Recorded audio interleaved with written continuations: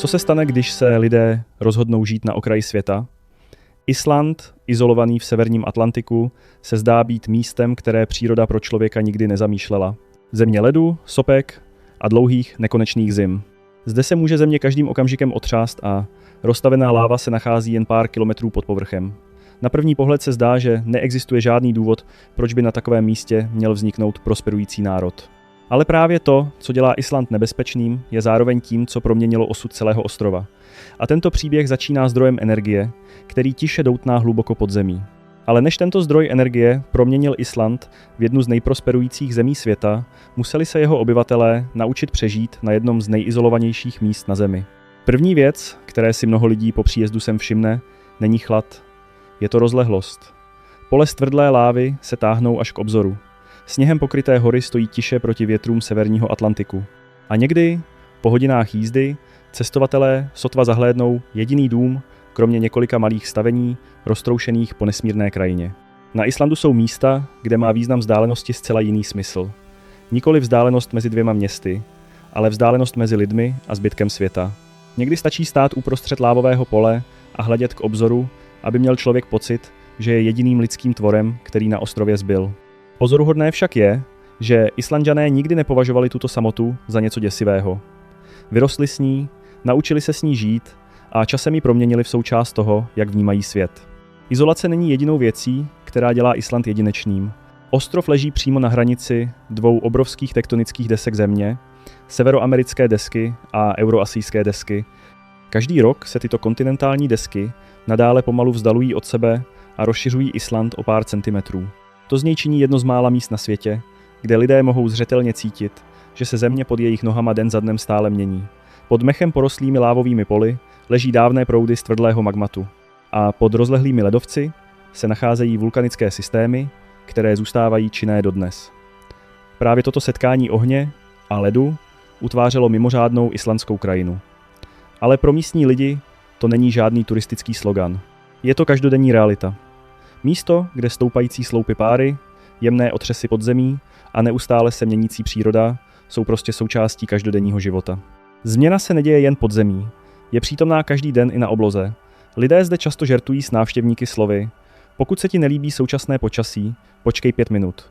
Během pouhých několika hodin se islandské počasí může změnit ze slunečního svitu v déšť, poté v silný vítr a sněžení. Jasně modrá obloha ráno může rychle zmizet za mraky přicházejícími od moře. A suchá silnice za úsvitu může být do konce dne pokrytá sněhem. Proto lidé zde neustále sledují předpovědi počasí, oblékají se ve vrstvách a zůstávají připraveni na náhlé změny. Po více než 1000 letech života na tomto ostrově Islanďané pochopili, že přírodu ovládnout nemohou. Namísto toho se jí tedy rozhodli přizpůsobit. Každý den sledují počasí, pozorně sledují geologickou aktivitu a stavějí své domovy v bezpečnějších oblastech. Využívají nesmírné teplo podzemí k vytápění téměř celé země. Dokonce i tytéž síly, které kdysi vytvořily sopky a zemětřesení, byly proměněny v praktickou součást každodenního života. Zde přežití nepramení z ovládnutí přírody. Pramení z pochopení lidských omezení a z toho, jak se naučit žít v souladu s přírodou. Právě toto drsné prostředí přimělo lidi, aby se na sebe navzájem spoléhali hlouběji.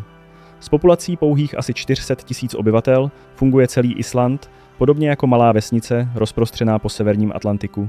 Můžete to vycítit z obyčejných detailů každodenního života. Během zimy poštovní doručovatelé někdy dostávají dopisy, které ani neobsahují konkrétní adresu. Namísto toho může obálka obsahovat pouze jednoduchou, ručně kreslenou mapu spolu s několika krátkými popisy, jako je rodina, která chová ovce na úpatí hory, tesař u malé řeky nebo červený dům vedle mechem porostlého kopce. A tyto dopisy si nějakým způsobem přesto najdou cestu do správného cíle. V tak malých komunitách si lidé nepamatují jeden druhého podle čísel domů nebo poštovních směrovacích čísel. Pamatují si jeden druhého skrze příběhy svých životů. Možná i proto přichází důvěra na Islandu tak přirozeně. V mnoha malých městech děti v zimě stále chodí do školy sami a kočárky s dětmi jsou někdy ponechány před kavárnami, zatímco rodiče sedí uvnitř a užívají si vřelé rozhovory u šálku kávy. Tento pocit blízkosti se odráží i ve způsobu, jakým se Islanďané navzájem oslovují. Na rozdíl od mnoha jiných zemí, většina lidí nepoužívá rodinná příjmení, předávaná z generace na generaci. Příjmení dítěte se obvykle tvoří zejména jeho otce nebo matky, spojeného s příponou znamenající syn nebo dcera. V důsledku toho se Islanďané v každodenním životě téměř vždy oslovují křestními jmény. To platí pro učitele, lékaře, univerzitní profesory a dokonce i pro vůdce země. V malé společnosti, kde jsou společenské vazby neustále propletené, se zdá být vzdálenost mezi lidmi mnohem kratší. Přesto tato stejná blízkost může v moderním světě někdy vytvářet i neobvyklé situace. Protože neexistují žádná společná rodinná příjmení, někteří mladí lidé občas používají genealogické aplikace, aby si před zahájením vážného vztahu ověřili rodinné vazby. Navzdory své pověsti odlehlé a neskrocené země je Island dnes také jednou z nejmodernějších společností na světě. Většina populace je soustředěna v Reykjavíku a okolních městských oblastech. Právě zde se nacházejí univerzity, výzkumná centra, technologické firmy a moderní služby této země. Mezi kavárnami v minimalistickém severském stylu je běžné vidět vzdáleně pracující softwarové vývojáře, tvůrce obsahu produkující své nejnovější projekty a mladé podnikatele budující své firmy. Rychlosti internetu patří k nejrychlejším na světě. Veřejné služby byly téměř zcela digitalizovány a mnoho administrativních úkonů lze vyřídit pouhými několika klepnutími na chytrém telefonu. Přesto ani v tomto moderním prostředí nikdy nezmizel pocit sounáležitosti s malou komunitou. Jen kousek autem od centra města se rychle vrací příroda s mechem porostlými poli, rozprostírajícími se pod zasněženými horami. Jak se během časného odpoledne začíná snášet zimní tma, uvnitř malých kaváren napříč městy a vesnicemi se rozzáří světla. Lidé se zastaví po práci, vymění pár slov se sousedy, než zamíří domů. Na izolovaném ostrově v severním Atlantiku tato prostá spojení pomáhala lidem podporovat jeden druhého po nespočet generací. Přesto ani tento pocit komunity nemůže změnit jednu skutečnost. Každý rok Island stále vstupuje do měsíců života po boku temnoty. Právě toto dlouhé zimní období zanechalo hlubokou stopu na povaze a duchu lidí, kteří tento ostrov nazývají domovem. Když slunce zmizí, každý rok s příchodem zimy napříč severním Atlantikem, Island postupně vstupuje do jiného světa. V mnoha částech ostrova se slunce objeví jen na pár krátkých hodin, než opět zmizí za zasněženými horami. V některé dny se denní světlo omezí na pouhou bledě oranžovou záři podél obzoru, do poloviny odpoledne se již na silnice snáší tma. Tempo života se zpomalí způsobem, který působí zcela přirozeně. Nikdo se zimě doopravdy nebrání. Namísto toho ji přijímají jako důvěrnou součást života. Během těch měsíců, kdy je sluneční svět vzácný, se lidé učí žít pomaleji, být blíže svým rodinám a trávit více času objevováním svého vlastního nitra. Přesto se zimní život na Islandu neodehrává zcela za zavřenými dveřmi. I při teplotách pod bodem mrazu mají lidé stále jedinečné místo setkávání, kde se každý den scházejí a zbližují, napříč městy táhnoucími se od mírnějších jižních oblastí až po odlehlé fjordy severozápadu. Venkovní geotermální výřivky, známé jako hot pots, neustále vysílají do ledového nočního vzduchu oblaka bílé páry. V mnoha zemích si lidé jako místa k setkávání po práci vybírají hospody nebo kavárny, ale na Islandu slouží tyto teplé bazény, roztroušené po celé zemi, jako obývací pokoje komunity. Ve chlácholivé vodě ohřáté samotnou zemí sedí sousedé bok po boku, povídají si a sdílejí příběhy ze svého každodenního života. Uprostřed unášené páry se zdá, že hranice mezi lidmi mizí a i drsný chlad arktického okraje se zdá být vzdálený. Uhnízděný hluboko mezi horami severozápadního Islandu zůstává Ísafjordur během zimních měsíců téměř zcela odříznutý od přímého slunečního světla. Po mnoho po sobě jdoucích týdnů se temnota stává důvěrnou součástí každodenního života. Proto návrat slunečního světla nepřichází s hudbou ani velkolepými oslavami. Začíná tiše, když se podél úbočí hory objeví tenká stužka světla a pomalu se šíří dolů ke sněhem pokrytým střechám níže. Závěsy se roztáhnou o něco víc než obvykle a lidé se na pár okamžiků odtrhnou od své práce, aby postáli venku jen o něco déle a přivítali první sluneční paprsky po dlouhém úseku tmy. Snad až po tak dlouhém životě s temnotou se lidé skutečně naučí vážit si světla. Ale jejich pocit radosti nepramení jen ze slunečního světla. Před staletími komunity napříč Islandem vyvinuli setkání známá jako Thorablot, aby si navzájem pomohli přečkat nejtvrdší část roku. Dnes tato tradice pokračuje jako důležitá součást kolektivní paměti národa. V místních obecních sálech se dlouhé stoly připravují s předstihem. Lidé přinášejí tradiční pokrmy, sdílejí jídlo, zpívají písně a vyprávějí si příběhy o předcích, kteří po generace přežívali na tomto izolovaném ostrově. Zvuk smíchu a lidové hudby naplňuje místnost teplem, v ostrém kontrastu se studenými větry a sněhem za okny. Je to způsob, jak si připomenout dobu, kdy přežití záviselo na tom, jak silně lidé dokázali stát pospolu a podporovat jeden druhého. Snad tou nejpozoruhodnější věcí na Islandu není návrat slunce, ale způsob, jakým si jeho lidé sami vytvářejí své vlastní světlo během nejtemnějších měsíců roku. Na Islandu nepřichází světlo jen ze slunce.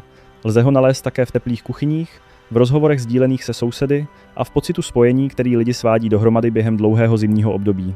Na první pohled se zima na Islandu zdá být něčím, čemu by lidé chtěli uniknout. Vítr neustále kvílí, sníh bičuje okna a temnota se táhne tak dlouho, že téměř pohltí celý den. Na mnoha jiných místech by počasí, jako toto, přivedlo život k zastavení a vyvolalo úzkost a pocit uvěznění ve vlastním domě. Ale zde to lidé vidí jinak. Nesnaží se zimou bojovat. Rozhodli se ji pozorovat. Islanďané mají pro takové dny dokonce jedinečné slovo – glugor. Popisuje počasí, které vypadá příjemně a lákavě, když se na něj díváte oknem, avšak v okamžiku, kdy vyjdete ven, působí zcela jinak. Venku jsou teploty pod bodem mrazu. Uvnitř lidé chodí bosí. Nejsou zde plápolající krby jako ty, které najdeme v klasických zimních pohádkách. Teplo zde funguje mnohem tišším způsobem. Geotermální horká voda putuje desítky kilometrů z elektráren, protéká čtvrtěmi a proudí do domovů po celé zemi. Systémy podlahového vytápění a radiátory fungují nepřetržitě a vytvářejí stabilní a příjemné prostředí po celou drsnou zimu severního Atlantiku. Velká okna jsou navržena tak, aby zachytila co nejvíce omezeného zimního denního světla, zatímco stěny jsou pečlivě izolovány, aby udržely teplo uvnitř. Když se do poloviny odpoledne snese tma, srdcem domova se stává kuchyně. Podává se rodinná večeře. Tiché cinkání vidliček a nožů a pára stoupající z horkého jídla postupně naplňují místnost a přehlušují zvuk větru kvílejícího za okny. Na místě, kde se příroda může bez varování stát drsnou, se velká část zimního života odehrává za jasně osvětlenými okny. Sněhové bouře mohou trvat celé dny. Temnota může zahalit velkou část zimního období. Přesto za těmi okny život pokračuje. Takto Islanďané žijí se zimou. Z výšky Island nevypadá jako místo stvořené k podpoře lidského života. Černá vulkanická skála, led a pusté krajiny se táhnou až k obzoru. A pak začíná vyvstávat otázka, co lidem umožnilo přežít zde po stovky zim. Zimy jsou dlouhé, orné půdy je málo a velká část ostrova je pokryta vulkanickou skálou, ledovci a mechem porostlými pláněmi. Po staletí zde příroda nebyla ani zdaleka štědrá. Islanďané se tedy naučili co nejlépe využít to, co měli. Moře poskytovalo tresku, sledě a lososa. Podél mnoha pobřežních oblastí se ryby zavěšovaly venku, kde je studené větry a slaný vzduch severního Atlantiku přirozeně sušily. Nebylo zapotřebí žádné chlazení. Nebyly zapotřebí žádné stroje. Sama příroda se stala metodou uchovávání potravin. Krátké letní období živilo stáda ovcí a dojnic. Z jejich mléka lidé vyráběli skyr, mléčný výrobek bohatý na živiny, který je součástí islandského života už po staletí. V geotermální oblasti Laugarvatn lidé dokonce využívají přirozené teplo země k pečení chleba. Hrnce s těstem se zakopávají do teplé půdy poblíž horkých pramenů a vykopávají se o hodiny později, když je chléb zcela upečený. Mnoho tradičních islandských pokrmů je dnes sušených, solených nebo fermentovaných. Nebyly vytvořeny proto, aby ohromily návštěvníky. Zrodily se v době, kdy uchování potravin mohlo rozhodnout o tom, zda rodina přežije zimu. Tyto pokrmy jsou pozůstatkem doby, kdy nalézt dostatek potravin a udržet je po celou dlouhou zimu nikdy nebylo snadné. Po cestě lávovými poli, pobřežními městy a zasněženými údolími se postupně vyjasní jedno poznání. Island není snadné místo k životu a přesto zde lidé již více než 1000 let nadále budují své životy na tomto ostrově uprostřed severního Atlantiku. Abychom pochopili proč, musíme se podívat na způsob, jakým každý den pracují a vydělávají si na živobytí. Zde je moře více než jen zdrojem potravy. Je základem, který pomohl utvářet celý národ. Než se nad obzorem objeví slunce, první rybářské lodě již vyplouvají z přístavu. Během zimy často vyrážejí na moře za tmy a vracejí se skrze sníh, silné větry a ledové vody severního Atlantiku. Po generace tyto plavby poskytovaly nejen potravu, ale i živobytí komunitám roztroušeným podél islandského pobřeží. Moře si vždy žádalo respekt. Některé dny je štědré, jiné dny se stává drsným a nepředvídatelným. Snad proto se Islanďané už brzy naučili, že každý zdroj má svou hodnotu. Co dělá islandský rybářský průmysl dnes pozoruhodným, není jen velikost úlovku. Je to také skutečnost, že téměř nic nepřijde na zmar. V průběhu let země vyvinula technologie, které umožňují využít téměř každou část ryby. Rybí kůže se používá v lékařských aplikacích, zatímco jiné části se zpracovávají na potravinové produkty, rybí tuk, doplňky stravy a léčiva. Snižování odpadu je zde více než jen ekonomickou strategií. Je to výsledek znalostí předávaných z generace na generaci. Lidí, kteří pochopili, že přežití někdy záviselo na tom, jak co nejlépe využít to, co příroda poskytla. Dnes se Island již nespoléhá pouze na rybolov a chov dobytka, jako tomu bylo kdysi. Jeho ekonomika se rozšířila do technologií, výzkumu, obnovitelné energie, cestovního ruchu a moderních služeb. V Reykjavíku pracují softwaroví vývojáři v kancelářích s výhledem na přístav. Vědci studují geotermální energii pohybující se pod zemským povrchem. Mladí podnikatelé budují firmy, které obsluhují zákazníky tisíce mil daleko. Dokonce i v těch nejmenších a nejodlehlejších městech vysokorychlostní internet propojil místní komunity se zbytkem světa. Dnes cestují návštěvníci ze všech kontinentů na Island, aby zažili jeho ledovce, sopky, vodopády a polární záři. Cestovní ruch se stal jedním z nejdůležitějších průmyslových odvětví země a přináší nové příležitosti na místa, která byla kdysi známá pouze místním obyvatelům. Přesto navzdory tomu, jak moc se ekonomika v průběhu času změnila, se zdá, že její základ zůstává do velké míry nezměněn. Islanďané nevybudovali svou prosperitu tím, že by se oddělili od přírody. Vybudovali ji tím, že tomuto ostrovu porozuměli. Moře poskytuje zdroj života, zatímco země poskytuje teplo. Dlouhé zimy učí odolnosti a po generace se lidé Islandu naučili, jak proměnit tyto výzvy v silné stránky. Ale divoká krása, která přitahuje lidi z celého světa, nikdy nebyla bezpečnou hrou. Zde se příroda nikomu nepodbízí. Stačí pouze udělat pár kroků mimo zpevněnou cestu nebo podcenit šedý mrak plující nad jarní vysočinou a hranice mezi dobrodružstvím a bojem o přežití může během několika minut zmizet. Když sněhové bouře prohánějí horské průsmyky západních fjordů, krajina se postupně rozplývá do jediného odstínu bílé. I světla reflektorů slábnou proti mocným větrům nesoucím vzduchem hustý sníh. Při teplotách, které mohou klesnout hluboko pod bod mrazu, a v prudkých větrech islandské zimy, se uvíznutí venku může rychle stát život ohrožující situací. Přesto i uprostřed těch bouřlivých nocí se stále objevují malá oranžová světla, patří i Sisar. Nejsou to profesionální vojáci placení vládou, jsou to sousedé. V pobřežních městech napříč Jižním Islandem, když zazní nouzový poplach, učitel na základní škole odloží přípravy na hodinu, pekař vypne troubu a zubař svlékne bílý plášť. Oblečou si ochranné vybavení, nastoupí do záchranných vozidel a zamíří přímo do bouře. Zachraňují cizince ztracené ve sněhových bouřích, riskují přitom vlastní život a činí tak zcela zdarma. Tento pocit solidarity nepramení z morálních přednášek ani sloganů. Je to pakt přežití sepsaný skrze generace útrap na tomto ostrově. Na místě, kde si příroda může vzít lidský život během několika hodin, má extrémní individualismus jen málo prostoru k růstu. Islanďané chápou, že pokud dnes budou ignorovat uvízlé vozidlo pohřbené ve sněhu, zítra nemusí být nikdo, kdo by pátral po jejich vlastních dětech, až přijde další sněhová bouře. Na místech, jako je toto, se vzájemná pomoc nakonec stává něčím obyčejným. Prostě se stává součástí života. Na tomto ostrově minulost nikdy skutečně nezmizela. V údolí Skagafuror na severu Islandu stále pádí přes travnaté pláně a sněhem pokryté kopce stáda islandských koní s hustými vlajícími hřívami. Jsou to přímí potomci koní, které na tento ostrov přivezli vikingové před více než 1000 lety. Aby ochránil toto plemeno, Island zakazuje dovoz koní z jiných zemí. Jakmile islandský kůň jednou opustí ostrov, není mu dovoleno se vrátit. V důsledku toho zůstal islandský kůň po staletí pozoruhodně nezměněn. Toto spojení s minulostí se uchovává i v jazyce. V oblasti Austerland na východě Islandu, mezi fjordy a malými komunitami roztroušenými podél pobřeží, lidé nadále mluví islandsky, jazykem, jehož kořeny sahají až ke staré severštině, kterou hovořili nejranější osadníci ostrova. Když se objeví nové technologie, Islanďané často vytvářejí nová slova ze své stávající slovní zásoby, spíše než aby si přejímali výrazy přímo z jiných jazyků. V důsledku toho mnoho Islanďanů dnes stále dokáže číst ságy napsané před staletími, aniž by potřebovali úplný překlad. A když v Reykjavíku nastane štědrý večer, minulost se odhaluje ještě dalším způsobem, skrze Jólabókaflót, vánoční záplavu knih. Lidé si darují knihy, poté se vracejí domů, aby si je četli. Tradice začala v polovině 20. století a pokračuje dodnes. Ve světě plném obrazovek a neustálých upozornění zůstává na Islandu strávit celý vánoční večer čtením knihy naprosto normální. Islanďané využívají vysokorychlostní internet, geotermální energii a moderní technologie stejně jako kterýkoliv jiný vyspělý národ. Přesto na tomto ostrově stále pobíhají údolími dávní koně. Staletí staré ságy se stále čtou v jazyce jejich předků a knihy zůstávají tím nejoblíbenějším vánočním dárkem ze všech. Uprostřed proměn moderního světa mnoho věcí na Islandu zůstalo nezměněno. Žijíce mezi sopkami, ledovci a prudkými zimními bouřemi, Islanďané chápou, že ne vše lze ovládnout. Proto vyznávají jednoduchou filozofii zvanou Heta redast, což znamená, že se vše nakonec vyřeší.